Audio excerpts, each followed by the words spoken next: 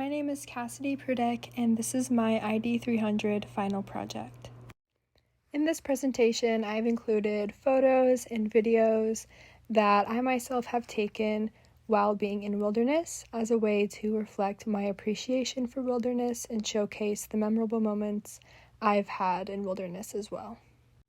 The first topic I'd like to discuss in this project is how my definition of wilderness has changed over the course of this semester. In the beginning, I thought that wilderness meant land that was completely untouched by humans and was in its natural state.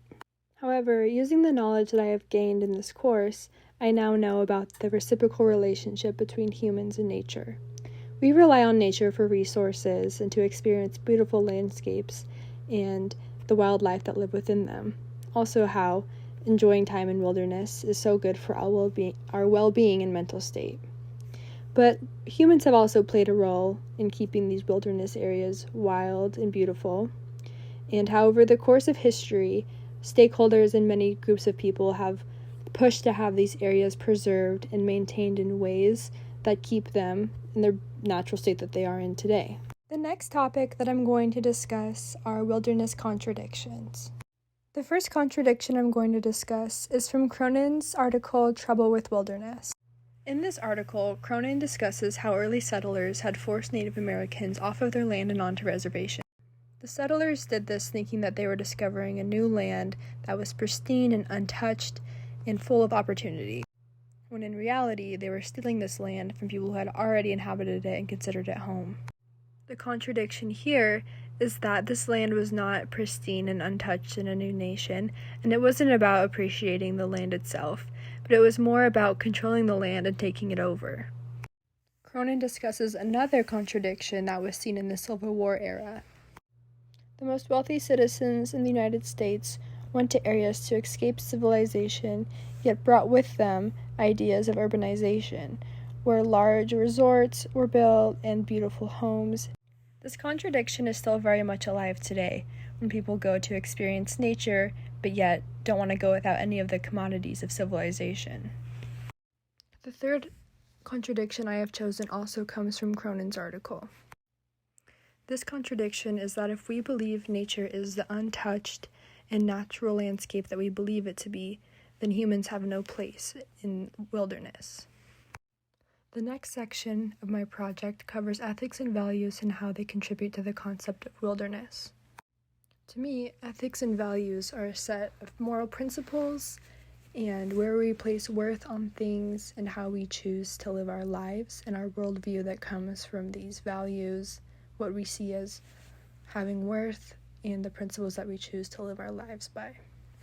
This is important for understanding the concept of wilderness because all of the perspectives of wilderness are derived from groups of people's values and ethics and how they believe wilderness should be handled and how much wilderness means to them. In this class, we have seen how groups of people throughout history have made decisions regarding wilderness, and these decisions and outcomes come from a place of ethics and values. One of my wilderness values includes recreation. I think that recreation should be allowed in wilderness areas and that wilderness should be easily accessible for the public if it's going to be used responsibly. I enjoy hiking, kayaking, spending time outdoors, and I want this to be something I can continue to do throughout my entire life.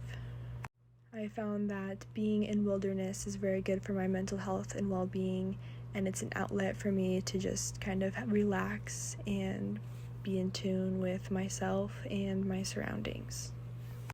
Another wilderness value of mine is preservation. I believe that industrialization of wilderness areas should be done at a very minimum. I think that these areas should be preserved and there should be strict laws preserving these areas and that we should try to preserve as much wilderness as possible.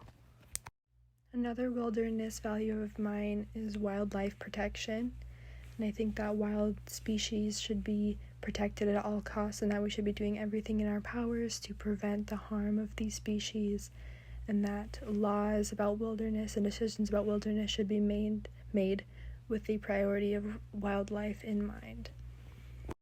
This class broadened my perspective because it really redefined my definition of wilderness. In this class, I learned so much about the history of wilderness. Wilderness isn't untouched, pristine land, but instead it has gone through so many groups of people and different perspectives and cultures, and how humans have all left their imprint on wilderness, and how if wilderness is what we want it to be, pristine, untouched land, then there's no room for humans in all reality. But because we are on this earth with wilderness and wilder life, we have to redefine our role we play in wilderness and rearrange our priorities. There have been countless arguments and battles about who gets the say of what happens with wilderness and how it's managed, and it's not just a cut and dry process, but instead it is a matter of multiple stakeholders and lawmakers coming together over a span of years to make decisions about wilderness and what lands are wilderness and which ones aren't, and what will be done in these said wilderness areas. It really makes me wonder what the future of wilderness looks like and where humans go from here. It also makes me think about how it's human nature to expand our horizons and conquer, but I really wonder how much longer wilderness can sustain that, and how much longer wilderness can sustain us if we don't change our actions and prioritize wilderness and preserving these lands and precious resources. My behaviors are going to change after this class because from here on out I'm going to be much more active in the lawmaking decisions that have to do with wilderness. I didn't really know much about the wilderness laws or wilderness acts before this class, but now that I know this information, I'm going to be much more proactive about voting and keeping up to date with wilderness information and state laws about wilderness. I didn't realize how much of a say stakeholders have in what happens with wilderness and how it's managed, and knowing this is very empowering to me, and hearing about other stakeholders who fought for wildlife and wilderness protection and how they had positive outcomes inspire me to do the same thing and be more proactive and outspoken about my wilderness beliefs and values.